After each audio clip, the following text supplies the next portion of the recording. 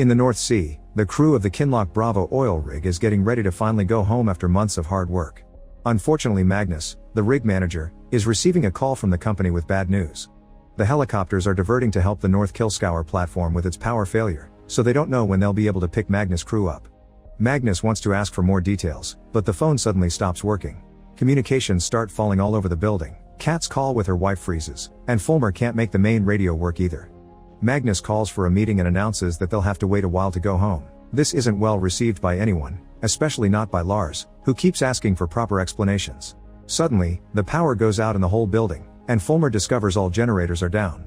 The battery backup is holding things up for now, and the production module's holding its pressure, but if it spikes it could kill them all. Fulmer tries to get in contact with the standby vessel, but the radio still isn't working, and the other oil platform near them seems to be having the same trouble. The whole rig begins shaking and the production module is starting to catch on fire, getting out of control. Rose, the company representative, doesn't want to shut it down yet because they'll be way off quota, but Magnus orders his men to shut down the module anyway for the sake of their lives. At that moment, the whole rig begins shaking again. Everyone stares in shock when they notice a very thick and fast fog enshrouding the entire building. Moments later, Fulmer manages to bring power back, but communications are still off, and there's no way the choppers will come in this weather. Alwyn wonders if they haven't drilled too much and caused a seismic event, but Rose is a scientist and assures him it doesn't work that way. Magnus thinks fixing communications is their priority, so he sends Fulmer and Baz to check on the radio tower. When they make it to the top, Fulmer begins checking the machine, but he loses his temper when Baz accuses him of betraying the team for getting into a relationship with Rose, who is on the company's side and not theirs. Baz quickly apologizes, and when Fulmer lets go of him, he moves to pick something up and finds a dead seagull on the floor. Magnus and Lars are waiting at the base of the tower when suddenly they see Baz fall. Kat and Rose rush to the scene with a medical kit while Fulmer comes down as well, explaining he doesn't know what happened because Baz had been right behind him. Lars doesn't trust his story because he notices Baz's harness was unclipped. Kat takes Bax to the medical bay and stabilizes him, but there's nothing else she can do without a surgery room. Lars starts losing it because there's no way choppers will come in time. Rose brings Magnus to the computer to show him that the pipelines have no pressure, which means all the rigs in the area are having the same trouble as them. Moments later, Baz wakes up and begins having visions of things coming apart under the sea. Lars goes to Magnus' office to blame him for everything, but Magnus ignores the complaints and leaves. This allows Lars to snoop around his desk and found a private memo from the company that makes him furious. He gathers everyone on the helideck to inform them management has been lying to them from the start. Magnus comes over too and sees Lars has the memo, so he has to confess that the company's junking the whole field and everyone will lose their jobs soon. The conversation's suddenly interrupted by something falling on them. It's ash, even though they aren't anywhere near a volcano. Baz shows up at the helideck as well and announces that it's too late, it's already started before passing out. Later, Baz wakes up in the infirmary and explains he doesn't remember the accident or the helideck. At the tower, he saw something in the fog and heard a noise in his head. Baz reacts violently when Kat tries to take blood, and yells at them for not listening to his warnings because there's a wave coming. After Kat manages to put him to sleep, she explains to Rose that Baz's wounds are somehow quickly healing on their own. Once the women are gone, Baz reveals he's still awake, and when he checks his injuries, he sees some glowing spores working on closing them. In the rec room, the crew notices some lights by the window. It's the standby vessel, which is trying to communicate but also going in the wrong direction. Alwyn sends Lek outside to get the Morse message, and they discover the vessel's asking for help. Magnus orders Fulmer to sign back to them using the deck lights to find out what they know. Then he goes to see Cook Merch to ask him to start rationing their food. Lars is starting to go crazy because he was locked up in his room with Easter guarding the door. In the infirmary, Baz wakes up again to notice most of his injuries are healed, and when he checks his reflection, he begins having a vision of the rig being destroyed. Then he escapes to his room, and while getting dressed, he begins wriggling in pain as his mouth pushes out his gold tooth. Rose gathers some ash to analyze it and orders everyone to stay inside. Fulmer informs her and Magnus that the vessel doesn't have more information than they do. They don't have communications either, so if they wait for morning to come, they won't be able to use the lights to guide them in and the boat could crash. If they evacuate it should be now, but Rose doesn't want to because it could get them in legal trouble for breaking the contract, but Magnus' priority is everyone's safety and he asks Fulmer to keep up the lights to guide the vessel slowly. Alwyn goes outside to take over Lek's shift and finds Baz drawing weird circles on a window. When he checks on him, Baz explains his head is full of noise and that he shouldn't have survived the accident. Something is definitely not normal about this situation. The lights in the room start flickering and Baz has another weird vision before running away. Lars starts working on the window and manages to take it off the wall to escape. Lek sneaks into the infirmary to steal the rubbing alcohol to get drunk, then tries to have a shower. At that moment his body begins hurting all over and as Lek throws up blood, the ink of his tattoo starts to come off his skin. By the time Heather finds him, he's already dead.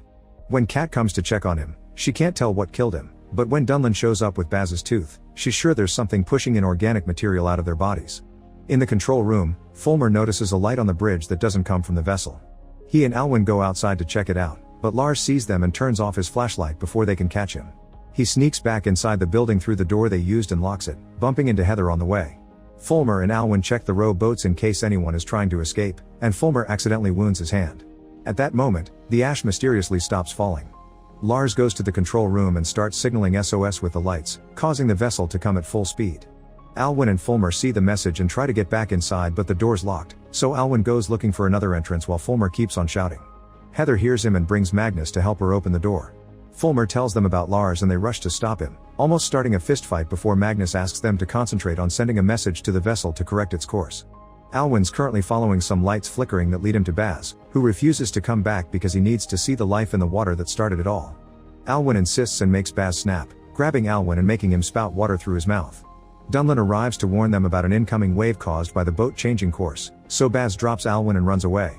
Dunlin drags Alwyn's body away from the water and Magnus comes to help with CPR, but it's too late. When Kat arrives, she confirms Alwyn somehow drowned. Rose continues to study the ash, and when she drops a bit of blood on it, she confirms there are living organisms in it. She goes to see Magnus, who informs her the vessel left to help another rig first. Rose brings him and Kat to her office to explain the ash as some kind of parasitic spore that is looking for hosts, and it repairs their wounds quickly because it wants a healthy body. They have to avoid long exposure to the ash and keep an eye on people with open wounds. Magnus authorizes Rose to take blood samples from the whole crew to compare them to what they have from Baz. In the mess hall, Heather notices the fog is finally going away and the neighboring rig has completely been destroyed. Fulmer finds Baz looking at Rose's research and tries to offer help, but Baz refuses because the light needs him. Rose arrives too and sees Baz has taken his own blood sample, so when she asks for his cooperation, he runs away. When Magnus hears about what happened, he sends Kat to check on everyone that has injuries since they can't do the testing anymore. After isolating Fulmer, Magnus calls for another meeting. Now the fog and ash are gone, he wants half the team to disinfect the rig thoroughly, and the other half must find Baz. Rose continues investigating and discovers the spores have been seen before fossilized in layers of earth. They should have died with the dinosaurs, but drilling so deep has awoken a sleeping nest. Outside, Baz is throwing his blood sample into the sea. His body is fully healed now, and he touches the tanks of water as a test, instantly filling them with spores. He hides when he hears James looking for him, but when James sees the spored water and calls for help, so Baz has to shut him up. Lars and Dunlin come to the room and find James wounded on the floor. Lars notices the spores in the water have started to grow plants. In the machinery room, Heather, Easter, and Murch also find plants growing on the oil. Suddenly the rig starts shaking again and Dunlin realizes James is bleeding. When the boy opens his hand, he reveals he lost a tooth, meaning he's infected. Scared, James hits Dunlin and runs away. The rig starts losing power again, so Magnus takes Fulmer out of isolation to make him fix it. Heather sees Baz and follows him into the mud pit, where Baz is growing plants all over the place. Baz explains a million-year-old memory has told him he needs to defend this place because it's being attacked. If it dies, everyone will go down with it. Suddenly James shows up too because he's joined Baz's cause. The rest of the team realizes Heather's gone and Lars comes to rescue her, making Baz and James run away before Heather can get more answers. Fulmer manages to restore power and the team discovers the flare on the production module is gone. They need to disconnect it from the electricity system to stop it from exploding, but the module control is in the mud pit where they could be infected by the spores. Their only options to reignite the flare manually, and Fulmer accepts to take the risk. Easter controls the crane to bring Fulmer closer to the module, but it's not enough, thus Fulmer unclips his harness and comes as close as possible for a proper shot. The flare is turned on again successfully, but Fulmer's hit by the fire and has to be taken to the infirmary to take care of some serious burns on his back. In the mud pit, Baz's visions get worse and he comes to the conclusion they need to shut down the rig system to stop the attack. James tries to close the valve, but the pipes are still pressured and they could blow up, so they're going to access the system from the source. Later, after a visit from Rose, Fulmer swears he feels fine and gets dressed because he wants to help. He, Rose, and Heather begin working together on the research, and Fulmer unconsciously draws some circles on a pad like Baz used too. Suddenly Magnus calls them all to the control room, where he's discovered the pressure is incredibly high because Baz is trying to bypass the safeties for the well. Fulmer can't take control away from him remotely, so they will have to take a risk with the bullseye ROF. Easter guides the ROF and gets underwater images showing that the earthquakes have created a series of circles on the land that remind Fulmer of his drawings. The ROF carefully approaches the wellhead and shuts it off, making Baz furious because his plan has failed. He tries to access the system directly from the CPU but it has an alarm on it, so they need Fulmer to disable it. Suddenly, Easter's phone gets a message, and the crew discovers communications are back. Magnus tries to contact the Coast Guard and Fulmer Googles the meaning behind circles that seem to be communicating something. Rose searches the company's system for some containers Heather found and nobody knew about, only to discover a project called Siren that she can't access. She also finds Fulmer's drawings. Kat calls her wife, who explains the company told the families the crew's fine and that they've also been having electrical problems. At that moment, the fog arrives in the city, and now people on land are the ones without power. Internet signal goes down, and the guard doesn't get Magnus' messages asking for help. Baz uses his spore's powers to connect with Fulmer's body, which begins healing more quickly. Fulmer also begins hearing Baz's voice in his head, so he runs to the bathroom to look at his wounds. Rose sees he's missing and goes to check on him, startling Fulmer because for a moment he sees Baz in the mirror. He confesses everything to Rose, who kisses him to comfort him. This causes Fulmer to have a vision of her suffering and Baz's apparition asking him to join him. Hours later, Rose checks on Fulmer again, only to find a note he left behind. Rosa goes after him and Kat joins her. Together they find Fulmer going to the mud pit. The girls enter the pit too and the spores approach Kat but don't attack, instead they circle her stomach because they're curious about the baby. Rose drags Kat out before it gets worse, and they find the crew getting excited because there's a series of lights approaching the rig. It's a ship coming from the neighboring rig. The crew receives the survivors and Rose meets Coke, who works for the company's research division and demands to be taken to the control room immediately. Kat checks on the other men to make sure there aren't any injuries and Easter's surprised to see his old flame Harish among them. Coke explains his rig exploded after a pressure failure and thinks they need to prioritize getting access back to the production module. Rose wants to know why Coke had been sent to the rig, but he refuses to explain. In the infirmary, Harish tells Easter a different story. When Coke arrived at the rig, he sent a bunch of people home and the rest had to help him install some new equipment. They weren't drawing oil up from the well, they were sending something down. Then the fog came in and people started to disappear, but Coke stayed calm as if he had done this before. He kept pushing the equipment test and ignoring the pressure warnings until the rig exploded. Heather enters the system to cross-check the list of survivors with the crew files, but she can't find Coke's name. She tells Easter and Harish about this, and Harish explains Coke had been accessing the system with a temporary account the IT guy made when he arrived. Before they left the rig, he wiped everything related to the test. Heather checks the system and Harish points at a strange name on the crew list that wasn't there before. There are emails telling the company that the organism has already spread, which means Coke's always known and the company sent him on purpose. Kat checks on Rose and thinks the circles she's studying look like a tree, making Rose realize this may be how the spores keep track of time.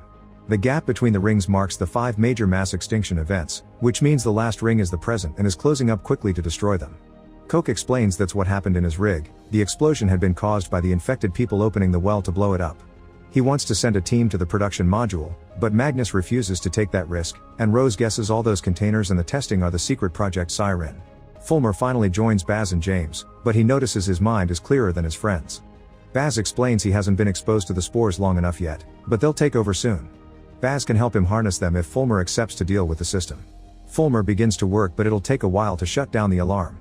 Dunlin, Lars, and Murch call Coke for a private meeting because they're sick of Magnus' bad decisions and want to hear Coke's ideas.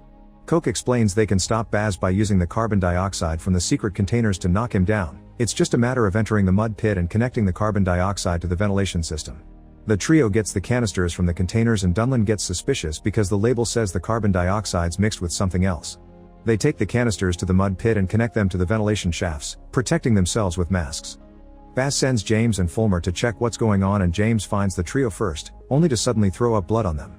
The guys realize the carbon dioxide isn't knocking James out, it's killing him and the plants because that was Coke's plan all along. Lars and Murch run away, but Dunlin doesn't join them until he's sure James can't be saved. Fulmer tries to shut off the ventilation but both he and Baz pass out. In the control room, Kat finds Coke shutting down the doors around the mud pit after Lars and Murch escape, trapping Dunlin inside. Dunlin's mask runs out of oxygen and he dies too. Heather and Harish tell Rose and Magnus about Coke and go to confront him, but Coke defends his actions as survival. Magnus opens the doors but he can't get access to the ventilation pits, so Rose goes down there and takes a mask from Lars to enter the mud pit. She shuts down the ventilation manually and then checks on Fulmer, who doesn't wake up when Rose shares the mask. However, when she accidentally touches the plants, the spores react and bring Fulmer back to consciousness. They escape the pit together while Baz also wakes up and the last ring closes underwater. Magnus meets with Harish to hear the real story. Coke pushed the testing to the limit because he wanted to destroy the spore. Losing the rig was just collateral damage to survive. The vessel came to rescue them but it crashed, so they wiped the system and got away on a small lifeboat, meaning they left people behind to die. Afterward, Magnus interrogates Coke, who explains this has all been company policy. They don't want to lose their precious oil reserves, they just want to keep drilling without interruptions, thus Coke was sent to exterminate the spore. If they don't stop it now, it'll spread all over the world. In order to survive, they need to kill every infected person. Magnus discusses their options with Rose, who thinks killing the infected ones won't do anything, so she'll work with Fulmer to find an alternative. Perhaps Fulmer can communicate with the spore like Baz does and explain they could cooperate instead of attacking each other. In the pit, Baz senses the spore is shutting him out, and another earthquake hits the rig. Fulmer uses a little plant to connect to Baz and sees the spores are trying to trigger the next great slide to wipe the ocean clean. Rose points out that the spore's a living network threaded throughout the sea floor all over the world, so attacking it here will barely hurt it. She thinks they should talk to Baz and make it stop the spore through his bond. Magnus would rather team up with Coke to stop it, but the others support Rose's theory and Magnus gives them permission to try. Magnus, Rose, and Fulmer enter the pit, where Magnus keeps having visions of his dead son. They find Baz crying in a cloud of spore, saying it's too late and that he failed. Coke looks for Harish, explaining there are choppers already coming and that he'll bring Harish and his boyfriend if he helps him finish his mission. Harish suspects Coke wants to make the rig explode to cover it all up, and he secretly activates the microphones before making Coke admit everything for everyone to hear through the speakers. The earthquakes begin getting worse and the whole building begins breaking. Coke hits Harish to get him out of the way and start the explosion countdown. That's the moment when the choppers finally make contact with them. Coke runs away to the helideck to escape alone, and Kat and Heather go after him while Easter helps Harish stop the imminent explosion. At the helideck, Coke finds Lars waiting for him with the intention to kill him for revenge, but the girls arrive just in time to stop him. Harish shows up to announce he stopped the explosion, so now everyone needs to get ready to evacuate, and Lars punches Coke before joining the crew. In the pit, Rose notices the spore behaving differently, so she touches it. She manages to communicate with the spore, but before she can ask it to cooperate with humanity, the rig is hit by the worst earthquake yet and the guys drag her out. Baz decides to stay behind to prove to the spore that humans are capable of giving too. Magnus, Rose, and Fulmer catch the last helicopter, and they fly away right before its tsunami hits the rig, bringing it down at the same time Baz becomes one with the spore. Kat notices that tsunami will hit the beach and wants to warn the citizens, but the pilots push her away as Coke explains they aren't going home. At that moment, the tsunami hits the city and kills Kat's wife. Make sure to subscribe and turn on notifications so you can watch more videos like this. Thanks for watching.